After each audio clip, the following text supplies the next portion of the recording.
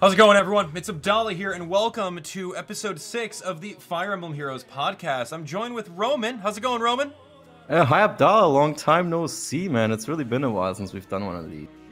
Oh, totally. Yeah, we got a lot of things to cover, and it's good that we wait a little bit because now we can talk about a lot of new things that happened in Fire Emblem Heroes. So, of course, if you guys are unfamiliar with the whole concept of our podcast, make sure you watch the previous 5 episodes by clicking the links in the description below. Of course, you guys can absolutely, join in the conversation. You guys can type in the chat. You guys can take a look at the live chat replay, which is a new thing on YouTube. Or, of course, you can tweet at us using the hashtag FEH Podcast. But yeah, we got a lot of things happening today. Grand Hero battles, voting gauntlet results, new refinery, legendaries, new modes, 2.3 update, and, of course, some new units. And of course, at the very end, we'll do a live question and answer session. So I'm really excited for it. Roman, thank you for coming on board again. And shout outs to your team for typing up some notes for us. It's our pleasure. Thanks, Abdallah.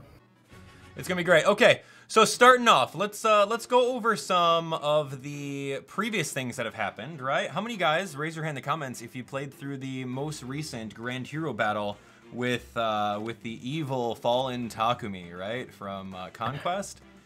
So Roman, let's talk about him. How did you fare against his Grand Hero battle? That was pretty difficult. It took me the entire morning to clear it, and later on I saw there were some really interesting strategies that made me aware of the usefulness of certain assists like smite. I've not actively thought about that, but you can actually smite a unit down there and take it out in 1 or 2 turns, and that was pretty impressive.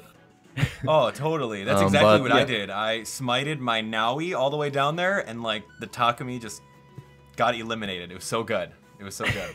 Yeah.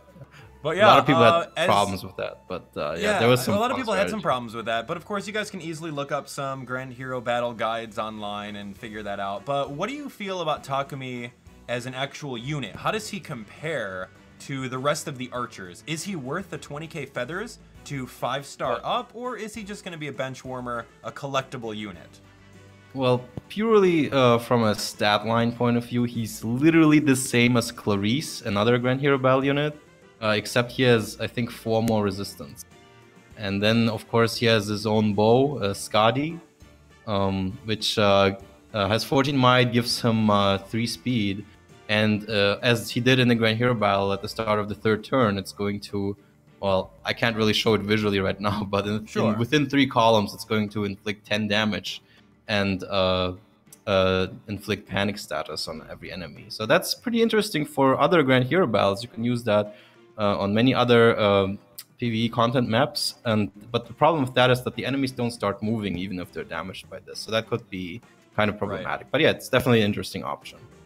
Yeah, he's pretty interesting too. I mean, he's got speed smoke, he's got fury, so a pretty decent unit. And you know what? He's free if you manage to clear his battle. So yeah, go for it, right? Cool. Okay, so let's take a look. What else do we got? Voting gauntlet, right? All right, let me know in the comments which teams you guys started off with and how you guys progressed. Roman, how about you? Who did you start off with? And tell me your reasonings for starting off with those characters on the most recent voting gauntlet that happened. Well, my reasoning is very pragmatic. I saw in the first hour that the Fallen Heroes Robin, Grima, was leading on the first round in the first hour, and so I joined him. And he won. Yeah, I knew that Grima was going to win, so my strategy was totally the opposite. I gotta find the underdog, so I get better chances of ranking, better chances of getting more feathers. So that's exactly what I did. So I started with Zelgius. And, you're a very eager feather hunter in this game. I've already noticed. You're going for top ranks in many modes, like the Tempest Trials as well. So I'm very casual about these rankings. So like if I'm barely participating in this, I don't really like this 30-minute thing with the voted route. So I just joined him, and I did the daily quests for the coins and the stones and the orbs, and that's it. Oh, totally. Yeah, and see, that's the great thing about Fire Emblem Heroes is you can play it however you want. You could just casually play for the rewards, or of course you can play like me, where you're like actively hunting for those feathers, because heck, you need feathers to make teams even better. So yeah, that was really fun. I thought it was pretty cool. As some of you know, I'm in Europe, and for Europe, the final bonuses are really annoying kind of to get, because the 7 point something bonuses are at 3 or 4 a.m. for us. Ooh. So that's really every gauntlet is kind of a pain at the end of every round. I can imagine that. How about this? All of you guys in the comments that are watching live, tell us what country you guys are from and what times did you guys stay up or wake up super early in order to get these. But I can imagine, like, for us in the United States, those 7 bonuses were at like 7 at night, 8 at night, 9 at night, so that was okay. But like 3 in the morning though, that's got to be crazy for you, man. I can see why you're not super hot about trying on the voting gauntlet.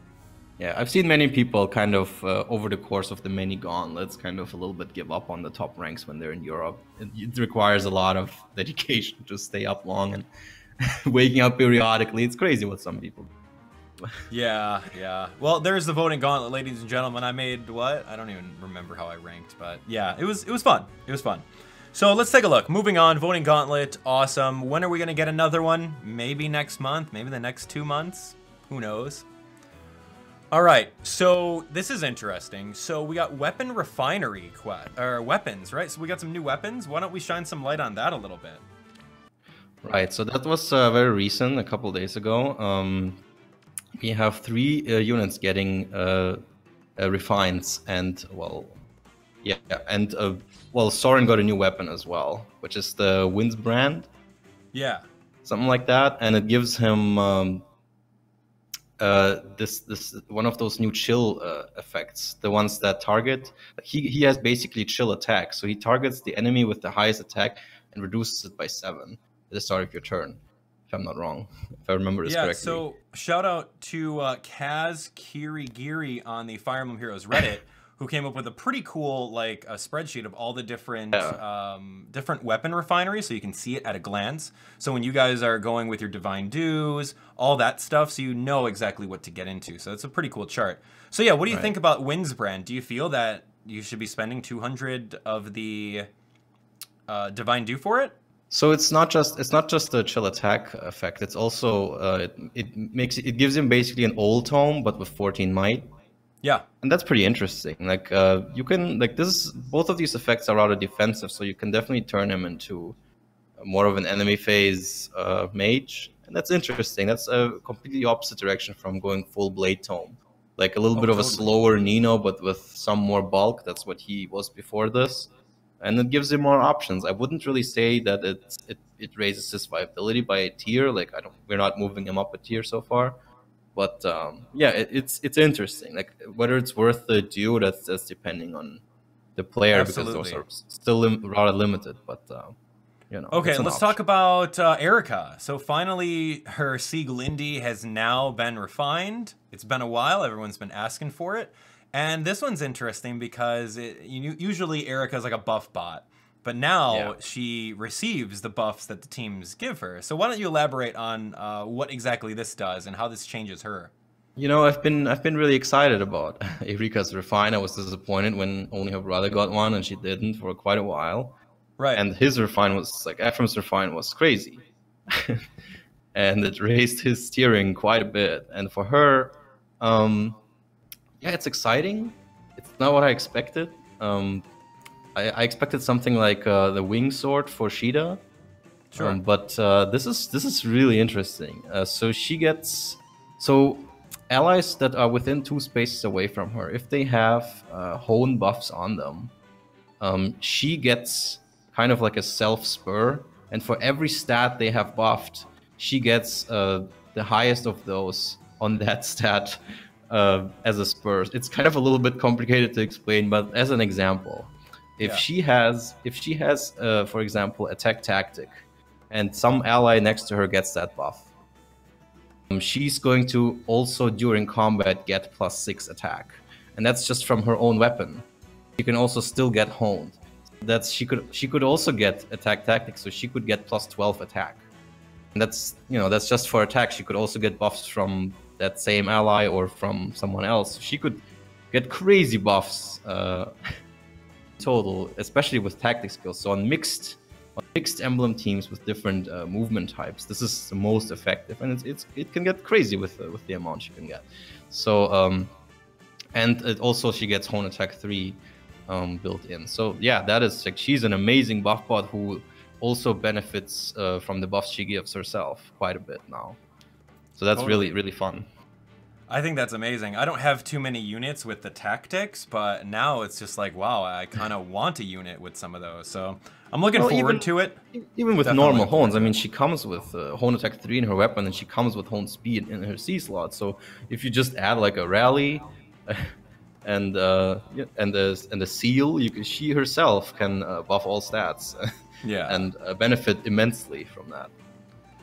So where do you think she's going to be in that S+ tier now, or what? No, no, not that high. But we've already raised her 2 tiers. And by the way, I'm going to use this opportunity to mention that we are going to have a next tier list jam tomorrow at I think this time in an hour.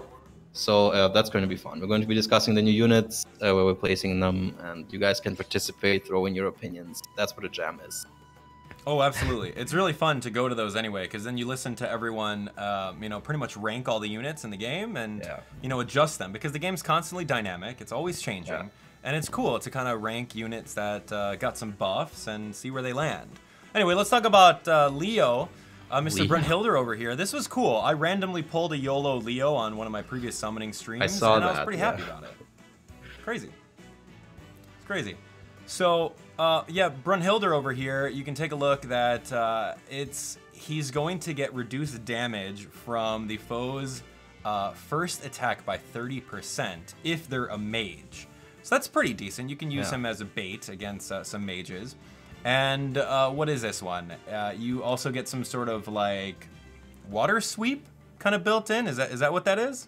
I'm sorry, you've been cutting out a little bit. Oh no, it's basically if you have more defense than the foe, then they can't make a follow-up attack. So if you have like a plus defense Leo, that's even cooler. But how do you feel about this? Is this worth it? But only against ranged enemies. So it's kind of mirrors Great Flame, but only for a certain ranged weapon type. And he comes with 25 defense. I know he gets a +4 defense boon, but still, and most ranged enemies don't have that high defense. Right. But I think most people are not that impressed by this. The 30%, that's fine. But like, I'm not sure. Like, they want to make him this enemy phase bulky red mage, and so far he has been used on cavalry teams as one of the very few. For a long time, the only red mage. Right. And he's pretty effective with the blade when fully buffed, actually. Because I think he has like 29 base attack, which is like with the boon that's decent. And he is very bulky and can take return counters and things like that. And so I'm not sure if, like, I don't think we're raising him a tier for this. It's like an option. I don't think many people are going to spend that due on this. I think among these 3, it's the most underwhelming one for most people. I would say so. I mean, it looks kind of cool on paper, but I don't know. I mean, you've got a couple other, like, red units out there. Like Erica, Mage Erica can do a lot of work, too. Anyway, let's move on. 25 defense is just like why? Yeah, right? I mean, sure, you can run distant defense, and you can make this work. I'm not saying you can't. But I'm not sure how really... Is this really that much better than just running a Blade Tome on him? I'm not sure. I don't know, but yeah, a lot of people have Blade Tome Leos since the beginning of the game. He's like one of those elusive units. Anyway, let's move on. So now, what did we get? Did we get a new story chapter about the hero rises or something like that? Where's that at? Yeah, that was a Xenologue. Didn't we? Yeah, that was a little while ago, but we've waited with this podcast, so we have news to discuss that is a little bit not the most up to date. But yeah, we got a free Vanguard Ix, and now we have 2 legendary heroes for free that give you water and earth boosts. So yeah, he's a really good unit, and he's for free, and he raises your score pretty well. Who did you guys all vote for in the Hero Rises event? Did you guys vote for Hector, Winter Tharja? I voted Hector. Hector, right? Yeah. No, I know you voted for the Flying Azura. Yeah, I did vote for the exclusive New Year's Flying Azura, but you know what? They're all good choices. At the end of the day, we win. Doesn't matter who you voted for. But it's cool because now people that are jumping into Fire Emblem Heroes and they're brand new, you have access to 2 free legendary units. So, hey, go for it, right? If you finish part 2, chapter 1, yes, you get a free Fjorm.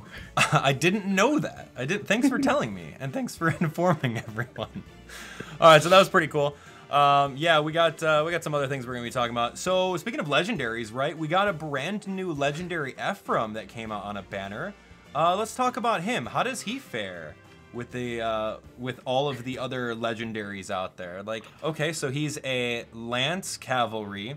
He's got his very own Flame Siegmund, which gives him even more attack. And of course, if he's kind of alone and not near any of his allies, you get a guaranteed follow-up. So kind of like the refined Siegmund. So tell me about him. What do you think? So I have to explain quite a few a bit more complicated effects this episode. Sure, man. So he doesn't have to be alone. It's just as long as the number of allies within 2 spaces, not counting him, is smaller or equal to the number of allies, to the number of enemies that are within 2 spaces, I think. Then you gets guaranteed follow-ups on both phases. So this works on enemy phase as well. So this is pretty interesting. Yeah. He has like kind of like an underdog effect. Like he doesn't pick fights he can't win. So of course. Yeah, I was actually not too far off last episode when you asked me which legendary hero is going to be fire, because I started thinking which Fire Emblem characters have fire affinity. I mentioned Jill, but she's thunder. So I couldn't think of, I didn't know who would be it, but yeah, he actually is fire affinity in Sacred Stone. So I was on the right path with that, but I just couldn't think of him. Well, that's all right.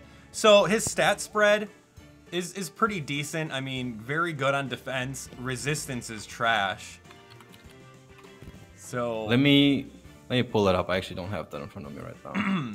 Yeah, I mean, he's got Soul, which is great. Sturdy Stance. Solar Brace is a new skill. It's exclusive to him. Restores 30% of damage dealt when special triggers during combat. So that's great. Combos up with Soul. Sturdy Stance, pretty cool.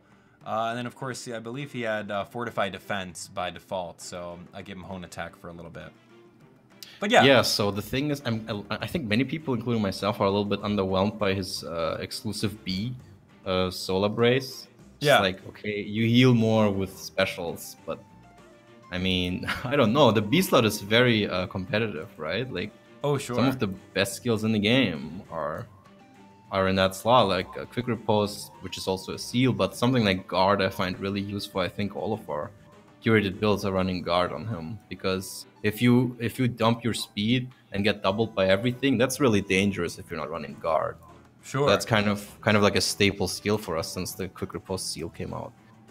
Yeah, and we replace Solar Brace most of the time. So he can either run, I think he's okay with something like Heavy Blade Gale Force, or you run, you just keep Sturdy Stand. You can make him either go fully player phase with Gale Force, because his attack is really high and you can run Heavy Blade really nicely, like a Brave Roy or a Siegbird. Or you run a more mixed phase set. I remember I did a lot of calculations with that, whether that actually works. Like, I was asked by people, can he actually tank Ira and Zalgius with this? And I did calculations and I was like, yes, with Guard he actually can. With Guard, close defense, if he invests fully into enemy phase, then he can still do this and still have his automatic follow-up on player phase, because his follow-up condition is easier to accomplish on player phase, I think, than it is on enemy phase. Because in enemy phase, you're more likely to have allies around you. Right, right. Yeah, that's a great idea. So, pretty decent unit. Those of you guys that got him, let us know in the comments. How many orbs did it take for you to get him? And all of you guys that didn't, good luck when he comes back sometime in the near future, right? Yeah, good luck. Good luck with that. All right, so moving on. Okay, so this is pretty exciting, right? We've been talking about getting some new game modes. Oh, well, I think the note said he's not coming back in March. If I remember correctly, he's gonna only be in April next time. Yeah, yeah. That's kind of next disappointing. Couple months, sure. Yeah. So, Good luck waiting for when he comes back. All right. So we were talking about some modes, right? We were hypothesizing the blessed gardens. We were like wondering, okay, you have to have blessings in order to get into this new mode. And then of course we get a whole bunch of stuff. So let's talk about this weekly new mode called Rival Domains. Now, Rival Domains is pretty interesting. I love the concept. The concept is so cool. So with this, it doesn't cost any stamina to do. So you can jump in. You can add a whole bunch of brigades, and it's a massive, it's a big map. It's just like, it's almost like regular Fire Emblem, not Pocket Edition.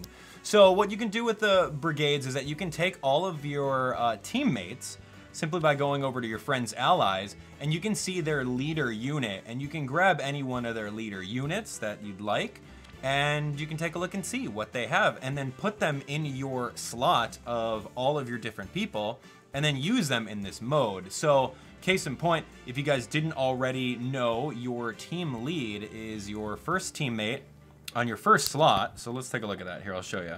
So let's go over here, edit teams. So if you go to team 1, the main person that you're gonna be giving out to your friends is gonna be this unit right over here in the first slot. So of course, if you guys want to be good friends to all of your people on your friends list, make sure that you bring your most decked out unit right over there and then share it with your teammates. So, Roman, why don't you tell us a little bit about the actual mode itself while we go into there? Do you want to show some gameplay of this on screen, because it's so crazy and different from everything else? I think that would be really helpful. Oh, absolutely. We're gonna jump in right now. And then it's also easier to describe some of the, I'm not sure if I should call them issues, but it's very clear that the UI was not really designed for such a big map. And then you can clearly see like the spaces and the buttons are all kind of a little bit compressed. Right. And so yeah, you take 8 units with you, and you have these spaces you can teleport to. I think they're called, like, there's camps and forts. Right. And you can play around a little bit.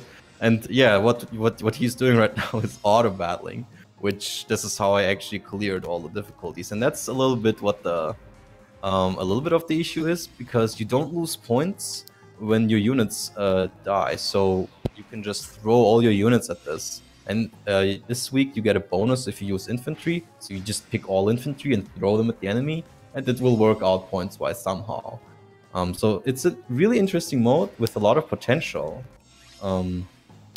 But I think they're still trying stuff out with rewards and maybe quests, and it's going to be expanded. What do you think?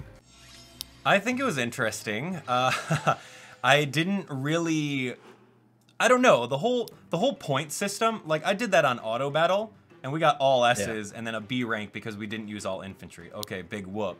So they have a target score over there that they want you to reach. So meaning, you want to get this score in order to get rewards, and you only get, it says you already earned the reward for this map, so you only get, like, you play it once and you're done. I don't know, it reminds me of Tap Battle, where the points don't matter, you try it once and you really don't come back to it. So I'm looking forward to it when it comes out, like the next set of maps, sure.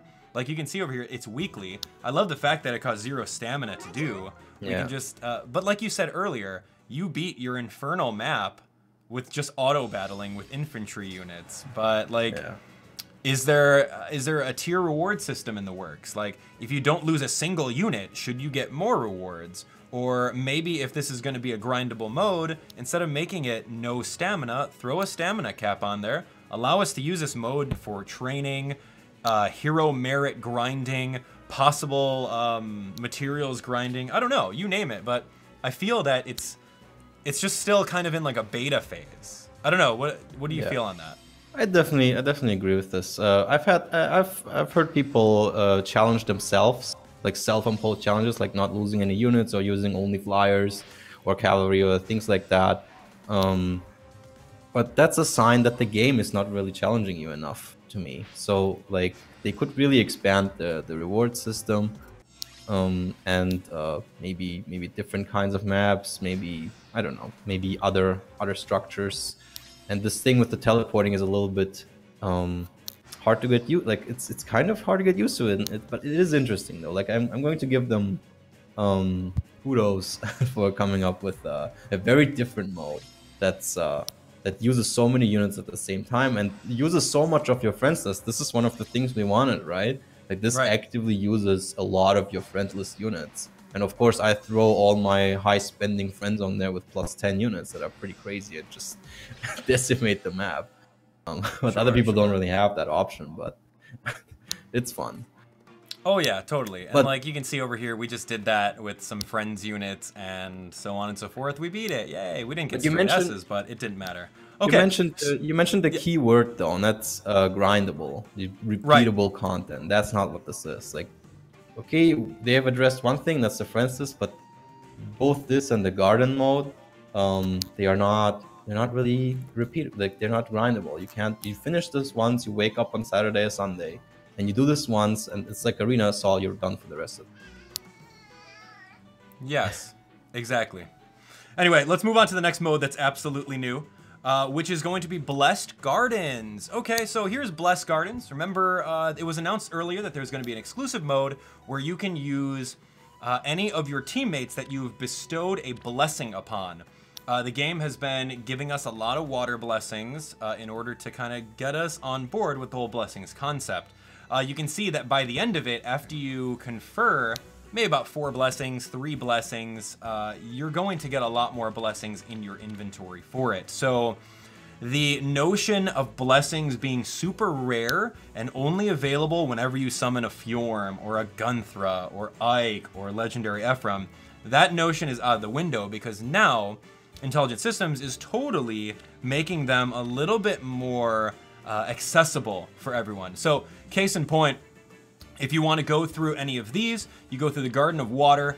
You've got 4 different maps over here. The stamina cost is next to nothing, which is great. You can do these all in one little go.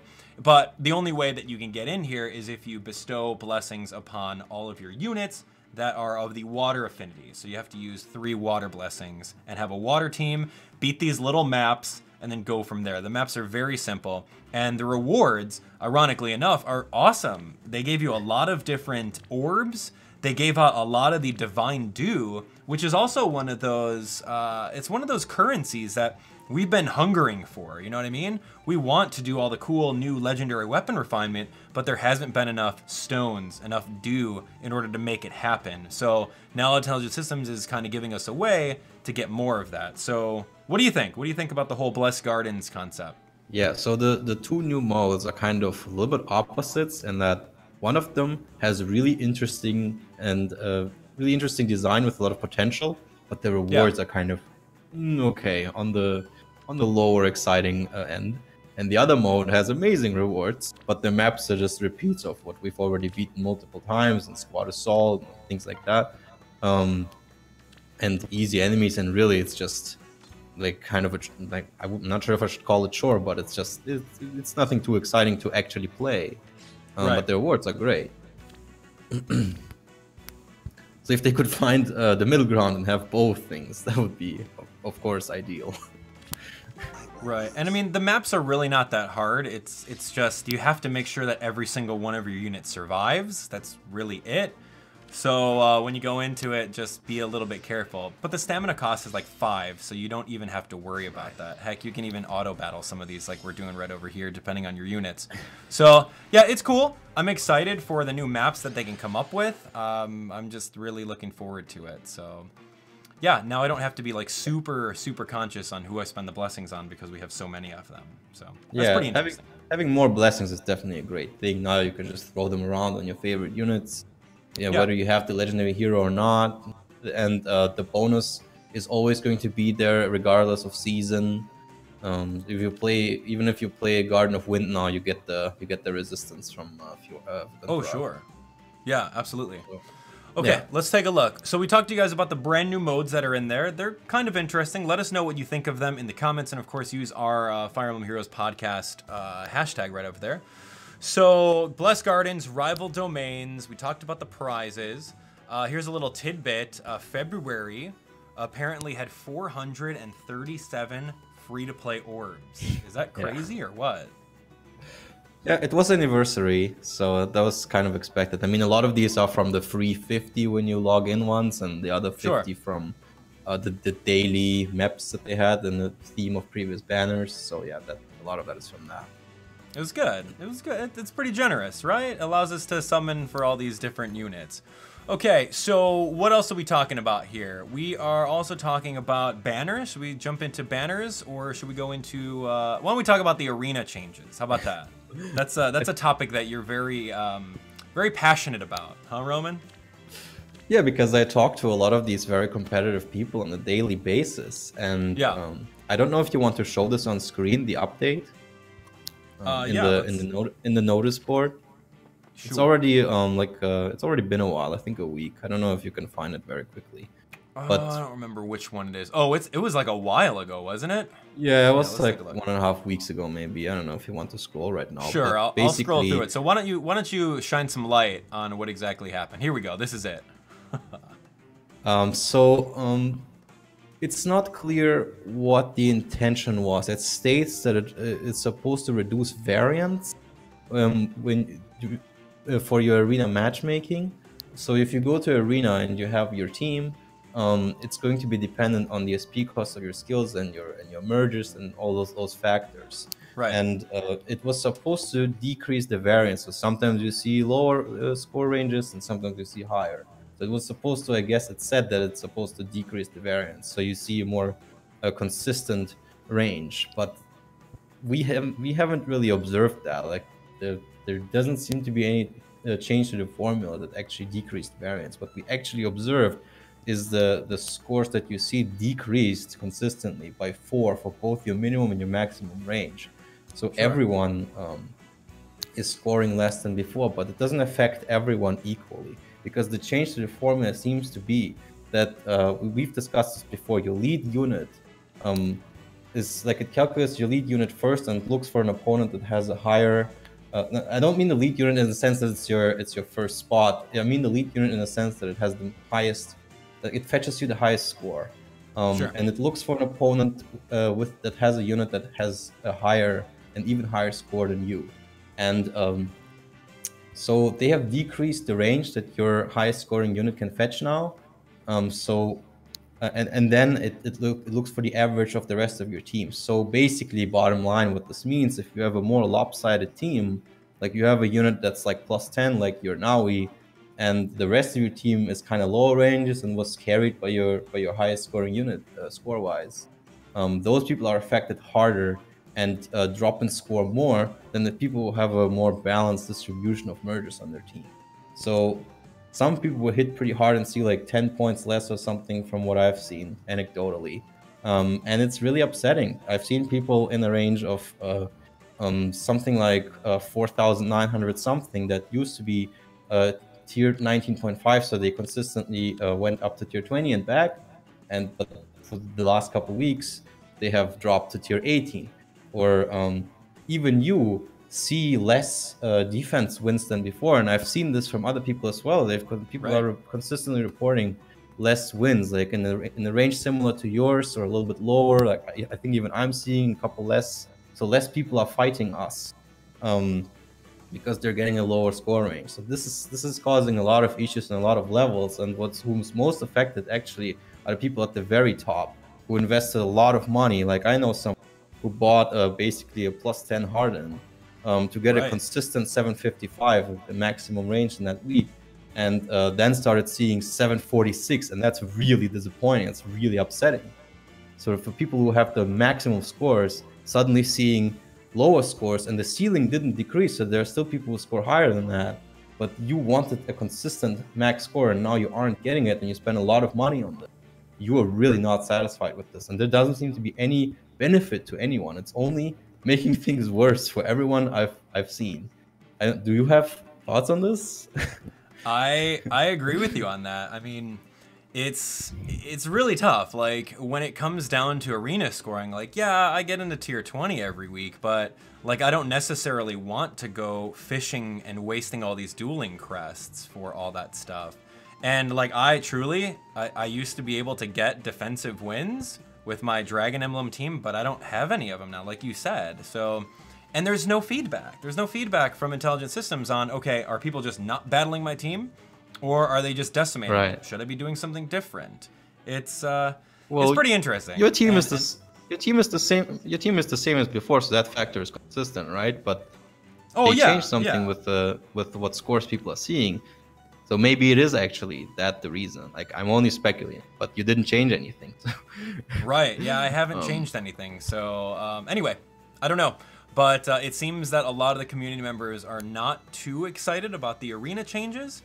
Here's to finding out the reasonings why they've done that, or maybe if they readjust it in the future. Who knows?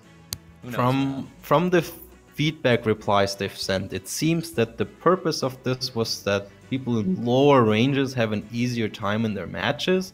But I'm also not sure how that's possible, because they're still fighting Brave Lynn and Reinhardt and those other threats that they've already been seeing. Like, scoring slightly less doesn't mean you have an easier time in your arena for like how much skill it requires. So I'm really not sure who is happy about this. Like, I don't know anyone who really benefit.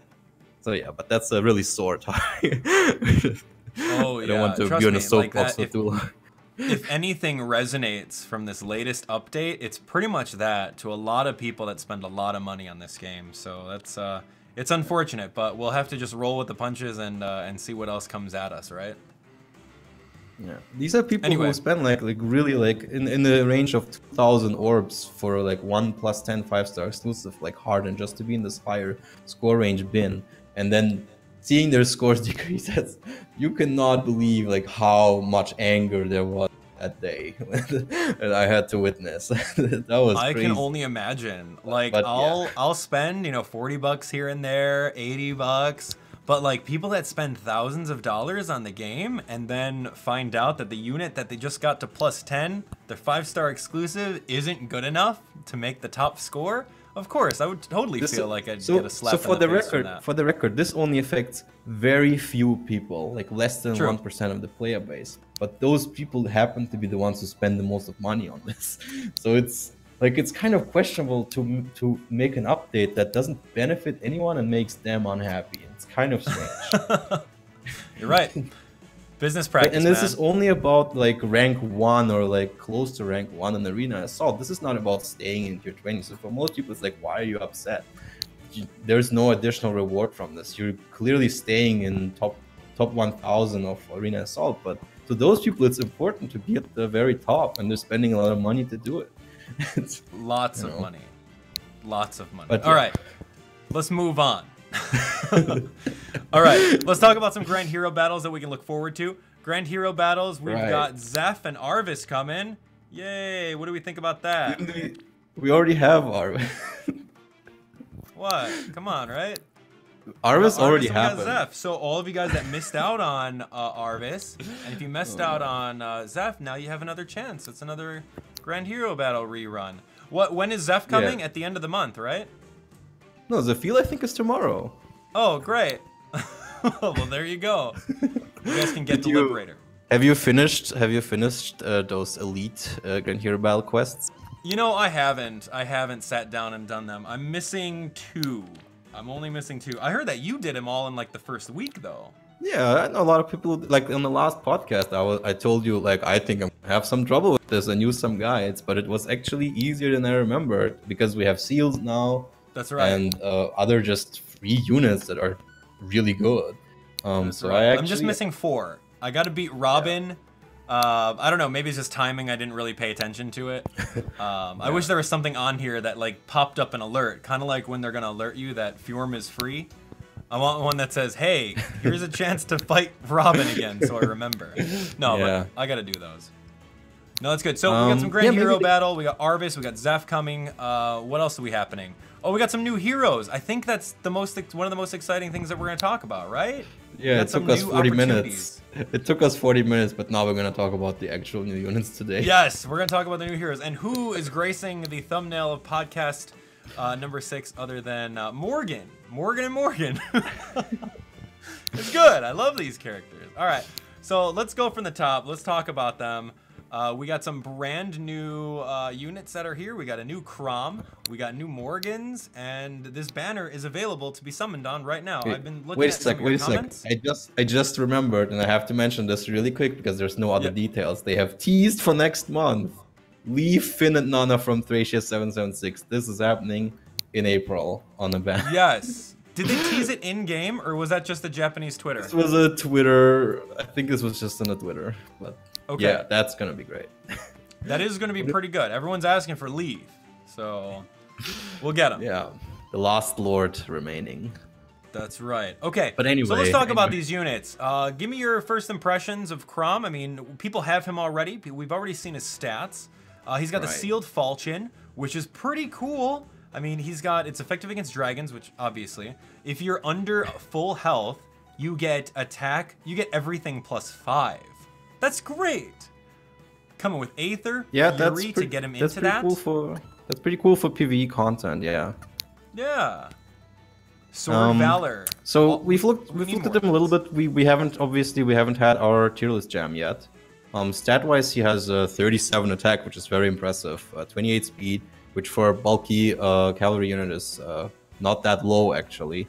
34 defense, and not that good res at 17, 41 HP. So yeah, he's very solid, very comparable to Sigurd actually. Yeah. Or a unit like Eldigan, and he's faster though. And well, this Sealed Falchion, like it's cool.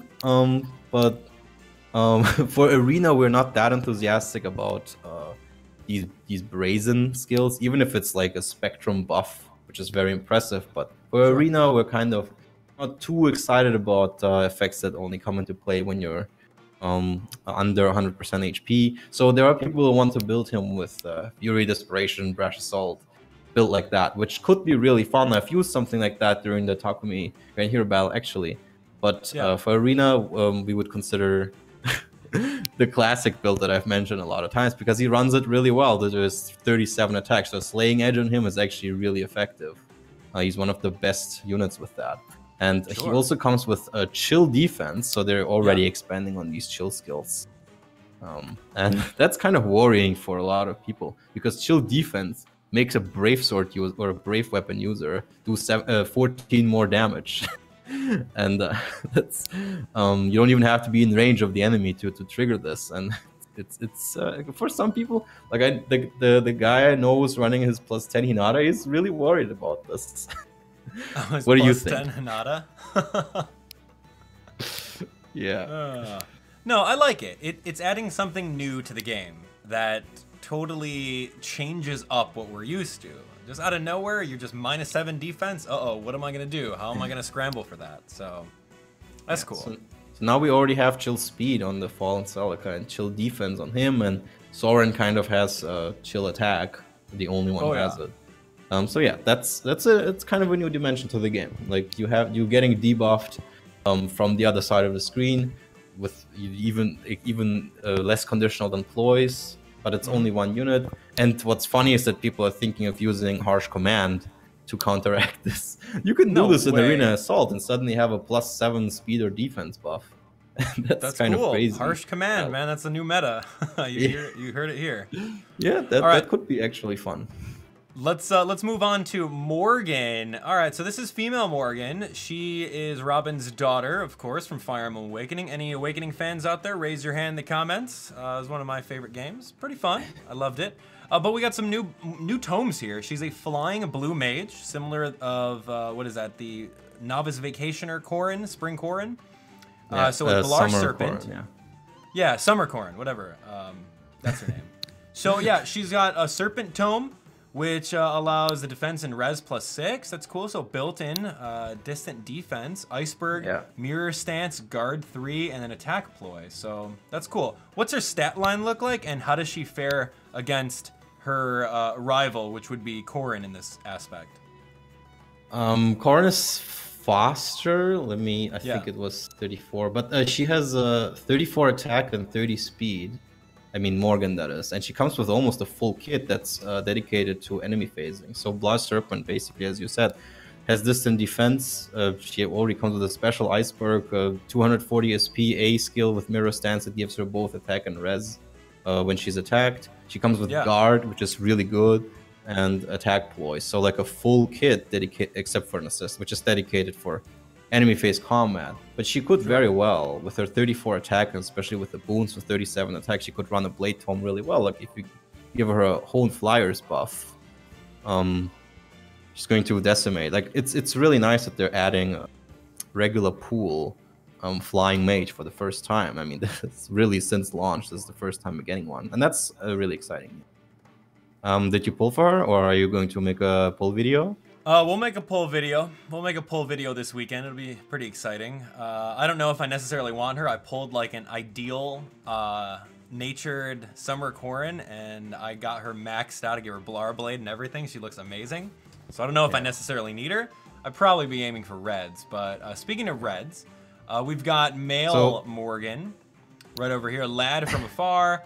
Same concept. He is an infantry red tome.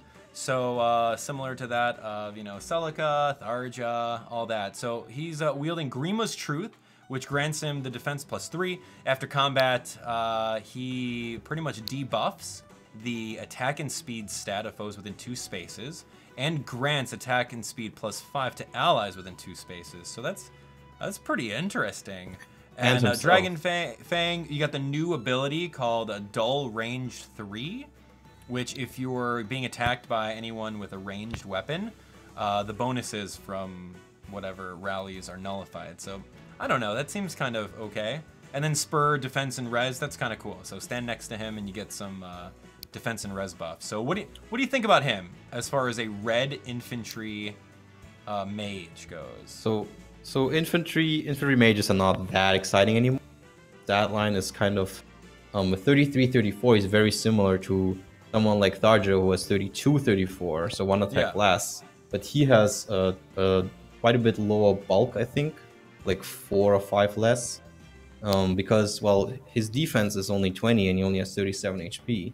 And when he's fighting dragons, you know, your favorite unit, his defense is going to be a big disadvantage for him. So, yeah, like, he's very similar to the others. We've placed him next to them. And his tome, it's similar to what Soft does, and again, we're not such big fans of these debuffs. So I mean, you could definitely run a Blade Tome on him like the others. I know it's boring, but he just needs that damage a bit more than the debuffs to really compete. But I want to talk a little bit about Dull Range, because it makes people who rely on Nino and Blade Tomes in general pretty worried, because it completely negates their buffs. Do you think this is going to have a big effect on the metagame?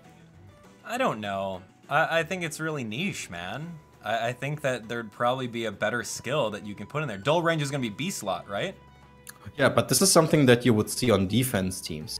So you can just put this and not use it on offense. So, I mean, yeah, it's niche, but niche things are useful to put on defense, where, I mean, you only need to catch one person, right? Like you're running Rider's Bane, or hammers, or like other fun things, cancel affinity, like things that only really are effective in a specific thing are most effective on defense teams. Yeah, I definitely wouldn't discount it. It sounds pretty interesting. I like that they thought of something like that. So yeah, that's a great idea. Slap it on a defensive team and hopefully catch that one person that was not necessarily expecting it with their fully buffed Blade Tome users. So yeah, it completely negates the entire buff. Like that can get pretty dangerous. Like if you keep relying on this and suddenly run into this, and if this is common enough, it could have some effect. Definitely. All right, so those are the 3 units. Unfortunately, what? 2 of them share a color? Come on now. What's the deal? Why do you do that to us? Yeah, it's a little bit questionable why they put Crom on this instead of some other Awakening unit, because we're getting so few of them, and instead we get a 4th version of Crom. Right. Hey, Crom emblem, right? That's what they do. Oh, man. Anyway. So yeah, it's going to be a tough one. If you guys are aiming for Crom or aiming for Male Morgan, it's going to be tough. You're going to get pity broken by one or the other. Or a whole bunch of these 5-star units that are in the pool, just completely making it super bloated, right? Okay. Or do you want us to transition to the pool topic? Yeah, we can totally do that. Let's, you know, I'll let you take the soapbox for this one.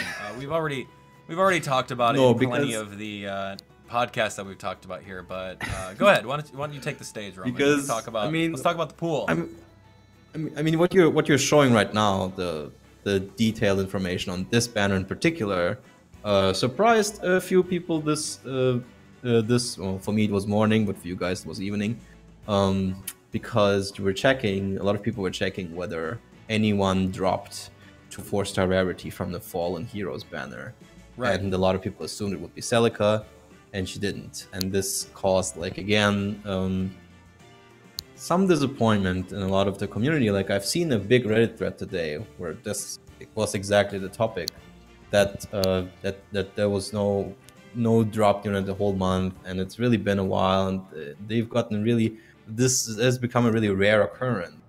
And I've read a comment that was really, like, really got me to those times when there were banners with 6 units on them and 3 of them dropped, or at least 4 units and half of them dropped. And that seemed like a utopia to me. Like, wow, that is a long time ago now. There used to be a time we got so many 4-star demotion, and this is just not happening anymore. Like, this is really rare now. And I understand with the Fallen Heroes banner, even when it came out, we were already saying, okay, Celica is a Choose Your Legends winner, comes with a really, really good skill, chill speed, and has a personal weapon. Then there's Harden, who has Bold Fighter and a disencounter weapon. Then there's Grima, who has Vengeful Fighter and really high SP and is a armored dragon. Like, they're not gonna drop that. Sure. So, like, a lot of us already were not that surprised that nobody from this banner dropped. So, like, this banner in particular is maybe not the biggest problem, but it's kind of, you know, it's kind of a trend that has been creeping up, and it's getting rarer and rarer, and they're not fixing the pools that we were hoping. If you saw our December episode, our first episode, I think, we were talking about this pool problem. Yeah. We have not changed anything about the 3-star pool, and the 4-star pool is getting bloated. And we have some stats on this, actually. Shout out to Callisto, by the way, who got me this information. So there are 107 5-star exclusive units, and 99 4-star units, and 49 3-star units. So as you can see, the 5-star pool is getting immensely bloated. It's too big. And they keep adding more to it, and they're not demoting anything seasonal, never getting demoted, and a lot of the regular banner units are not getting demoted. And he wrote here that the odds of summoning any particular off-focus 5-star unit ranges from 0.1% on red to 0.14% on green. So, like, the percentage to get any other off-banner red is shockingly high at this point. Like, it could be any of those others. You could get a 5-star Karel, you could get a male Korin, like all those completely outdated units, some of which have no important inheritance, that you just, like, nobody needs them anymore except for merging, if you really like them. But compared to the more recent ones like Soleil, or this ranged Erika, or like the more recent units that have fuller kits, a lot of those are really disappointing to pull. They're not doing anything about that. But I think I'm already talking too long about this. Oh no.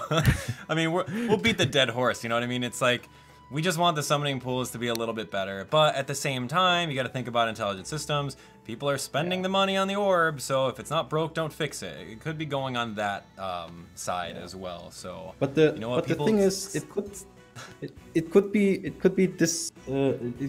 big motivator. Like, if you said, oh wow, we fixed the pool, we've removed a lot of those, we've lowered the rarity of those old ones, it could make more people pull again. Like, I know people who are not pulling as much as they used to because, oh well, the pool is way too bloated. Like, I don't want all these off banners. And the legendary banner is not that appealing either because of the split focus rate. So actually, like, a lot of the people who I know who used to spend a lot are spending less, partly because of this. Right. And you know, fixing this would benefit them too. Absolutely. Now, if you guys have paid attention to the trailer, the reveal trailer of this brand new banner, you guys will see that there is, I don't know if I have this available here, but you'll see whenever Chrom comes on board. Let me see if I can do this. Yeah, if Chrom comes on board, he actually shows his brand new falchion, and it teases. Let me see, where is that? It teases a colorless dragon, doesn't it?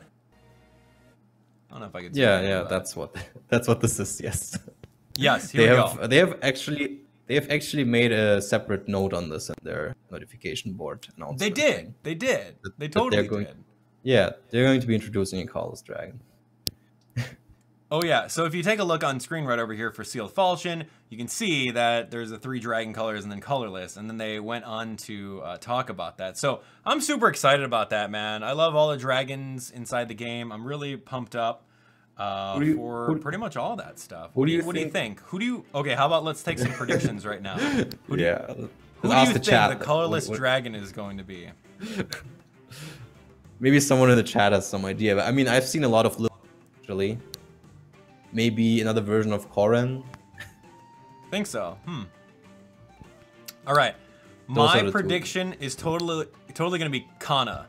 Either it's going to be a banner with it's going to be a dragon banner, and they're going to put 2 colorless on there. It's going to be male Kana and female Kana, and they're going to have different roles. Watch. It's just strange. Like, I'm not sure what the point is, because they're not going to be necessarily healers, because what makes a healer is the assist and the staff, and they're gonna have a breath. So I don't know what this is going to be for. And some people are also thinking beast units, right? Beast units. We've been talking about beast units for the longest time, so maybe they'll come on board. I don't know. Oh, I see you saved the free pull for your stream. Oh man. Oh. Mine was actually, I pulled 2 Hinaras in the same circle. That was my... Oh gosh. All right, so other than that, what do we have? Some quality of life changes. You can see the owner's name of a unit in case you're using it. That's interesting. You can go to the seal forge, and you can actually make the quick riposte seal in case you missed it. What else we got? New options for sorting. We got some new story mode chapters in case you guys are on top of that. So go take a look. Main story. We just did a live stream of Book 2, Chapter 5. Take a look at my channel a little bit later on to do Book 2, Chapter 6, The True Quarry, which released today. So there's a lot happening over here. So anything else before we jump into question and answer session, Roman, that you want to cover? Did you like the story chapter? Yeah, I thought the story chapter was pretty cool with Leg Yarn. I thought she was awesome. I liked her writing. I like her design. I like her dialogue. I think the writing is getting better. What do you think? Yeah, I agree. It's just that it's still moving so slowly. Ivan Niffle, like 3 chapters ago, they still walking through the icy waste. But yeah, it's cool that I was particularly happy to see Alphonse outmaneuver her, like, because he's often underestimated, but actually I've noticed lately, I don't know what Anna is doing, because she's technically the commander of this army, but she's not. I don't see her do anything. Actually, it's Alphonse leading you all the time, making the good decisions. I don't know what Kieran is doing either. Like, you, the player, like, you're not making any tech. You're supposed to be the tactician, but I don't know what he's doing. Actually, Alphonse is leading the show now, and it's great. Absolutely. Shoutouts to Mario Cat 99 for sponsoring. Thanks, man. But no, the stories are great. I like it. I can't wait to see what happens. You just gotta be patient with it. You can't have the whole story at once, Just little bits at a time. All right, so let's go to questions, man. I think that's gonna be at the top of the hour, if I'm looking at this right. So we'll do another maybe 5 or 6 minutes of any kind of questions that you guys want. Feel free to join in the conversation. FEH Podcast on Twitter. Roman, you've got some people in the Discord right now that may have some questions, and of course, we'll also take questions from the comments. So yeah, whatever you guys want to do, whatever you guys want to talk about. How do you guys feel? Our comment question, our live stream podcast question is going to be, how do you guys feel about the new update? What are you most excited for? So tell me about that. Or if you guys want to talk about colorless dragons all day, that'd be really fun too, because I love the idea. FEH Podcast. Boom. Searching it right now on Twitter. Here we go. Let's take a look at the latest. All right, like, I don't know, we didn't talk about the iOS issue. I don't know if that's resolved. It just took them 12 hours to get the update ready yesterday because of some, actually, it could be because of some new regulations that require these gacha games to divulge more information about the pull rates. So maybe that's going to be another update. Could be.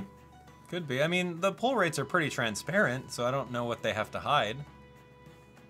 Yeah, like for every specific unit that there would be a rate. I know this from other games that they do this, and apparently Apple wants this now as a requirement. Oh yeah, absolutely. Okay, let's take a look. We've got Peter in the chat. He says on Twitter, hashtag FH Podcast. I have two questions. First, what is your favorite new mode in the update? Mine is the Brigade mode because you can play sort of a full Fire Emblem map. And the second is off topic, but what's your favorite Nintendo Direct announcement? Excluding Smash. Excluding Smash? All right, so Roman, what's your favorite new mode? You've only got two choices. Just among those two, I have to say it's Rival Domains. I mean, the other mode is just the old maps again, but this one is has a lot of potential. Yes, same thing. I love just auto battling and seeing how they do. It doesn't cost me anything. It's free. It's cool. And then Nintendo Direct. I don't know. Smash. How about DLC cheating. Splatoon 2? How about that? That's gonna be pretty cool. How about you? Well, man, I don't know. I'm not that interested in Splatoon. I've seen some people excited about Octopath Traveler. Mario Tennis was there. Oh yeah. I don't know. I don't think I'm going to play these things. Don't have much time for it. But sure, man. You got gacha games to play, man. Forget that. Yeah, I gotta warp money to spend on. That's right. All right. Here's another one. This one's from Ashley. This one says hashtag FEH Podcast. Overall, I'm blown away with the new update and units, but I'm very curious what the colorless dragon unit will be like. Will it be a beast units that we wanted, or just a specific type of dragon? Maybe not beasts. Wishful thinking. But I think my guess on who might be a colorless dragon would be units like Kana, both male and female. There we go, same wavelengths. Telling you. Boy. No? You don't think so? No, I have no idea, honestly. I mean, I saw some ideas like Lilith very well be Kana. I don't think it's going to be someone from the Telias games, like one of those dragons. Yeah. Because I don't know, like it's like black dragons. I don't think they would be colorless. I have really no idea. It's probably someone from Hoshido, but who knows? Who knows? Who knows? I mean, they got to cash in on the Fates Awakening, man. That's what it is. All right. You got any over on Discord? Yeah, I got a question from a Grovial. Do you think Nana will be a healer, and if so, possibly bring something new to the healer class in general? She could have one of those, like she could have this breath effect built in where you target the lower bulk stat between defense and resistance. And she could also have absorb built in, like just a higher might, better absorb, because she comes with an earth sword. That would be a reference to that. So if they don't make her, that she could actually also be a sword unit because she comes with a unique sword that has Nosferatu built in, basically. So I mean, they could go either way on this. And if they make her a staff unit, they could reference that through that. So interesting. Yeah, I don't know. I have no clue. It's just speculation at this point. All right, here goes one from Twitter. This is from Midnight Rider. Do you enjoy the new Friends mode? I felt it was a bit too much on screen at the same time. Yeah, it's okay. It's cool. It's cool for what it is. I like that it's pretty big, but like the whole concept of like warping all over the place, like we talked about in the podcast here, that's a little much to get used to. The interface was not prepared for this. Oh no, but I like that they scaled down the sprites and they made it so that it kind of worked. Yeah, it worked, but it was definitely visible that the this was not initially planned to zoom out like that. Like the engine was not made for it, but you know it worked. It worked out, and it's fun. It definitely has a lot of potential. Okay, we got Stephen Lee in the comments. He's got a question for Roman. I have to mention one thing though. If you have tactical skills on your lead units, get rid of those, please. They do nothing in that mode. Don't put tactic skills on your lead units. Because if you get a friend unit with tactics, the tactics when you have when you have so many units on the map, they literally don't do anything. Right. That's right. Get rid of the tech. Okay, that makes sense now. All right, here we go. Stephen Lee, he says, this one's for you, Roman. Do you personally think male Morgan should be demoted to 4-star? His set of skills are so-so, even his B skill is decent. Okay, so the problem here, and there's been speculation about this already because of previous banner not dropping anything. But the problem with him is, well, first of all, he's a popular unit. He comes with almost a full kit, and he comes with dull ranged, and he comes with a personal weapon. So I would also say, because the other options are a flying mage, or, well, Crom. So, like, he's, for me, the most likely one. Like, if that actually happens, I'm not sure. But if I had to pick one, it would be him. What do you think? Yeah, I mean, they're not like anything that you want to ride home about. It's not like it's Garima or Harden, you know, on the previous banner. They're just kind of there. I mean, I love them as characters. I love their artwork. Their artwork looks amazing, but I mean, I'm not like, oh my god, I got to spend all my orbs right now in order to get them. I don't know if that's how you feel, or they just kind of feel okay. Well, no, I fully agree, but there's these, it's hard to predict whether they, well, do they demote units that are not the top tier ones, because none of these three really are. Right. I mean, Crom is pretty good, and like, of course, having a fly mage is really good as well, but like none of them like are completely like the bold fighter stuff. Exactly. So yeah, most likely they'll probably get demoted, but you know, like we talked about earlier, nothing's getting demoted now. So forget it's hard to predict. It's hard to predict. Yeah, that's gonna be. They're all right. They're all right. That's kind of how I feel. All right, you got any more from yours? Because we're gonna wrap this up and call it a day.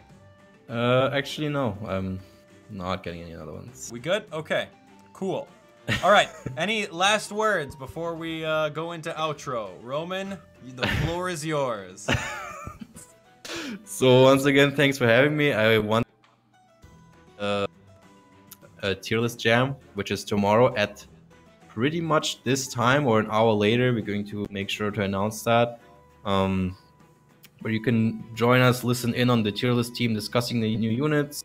We're going to include Jerome as well. We're going to place them. We've already placed them tentatively, but we're going to finalize it. And if you want to know how we calculate things and have fun with that, and you know, discussing things, and you can join in and throw your opinion in. It's like a really free-form jam has been really enjoyable in the past. So yeah, it would be cool to see you there. And again, thanks for having me, Abdallah. Really fun. Absolutely. You talked about Jerome. We didn't even touch Jerome, but he's going to be a Tempest Trial reward. It's already been announced in the game, so that's great. Yeah.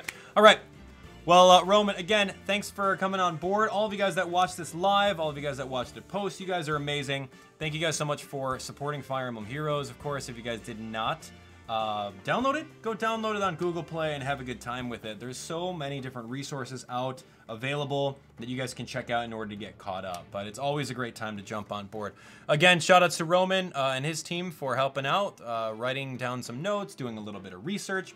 We had a great time today. So stay tuned for even more. You guys can continue watching our playlist here. Newest video on the channel there. Recommendations there. Don't forget to subscribe for even more Fire Emblem content. I can't wait to see what's in store. We'll be doing a summoning session for the brand new Morgans and Crom a little bit later on, so stay tuned for that. Thanks for watching, and of course, have a great day. Take care.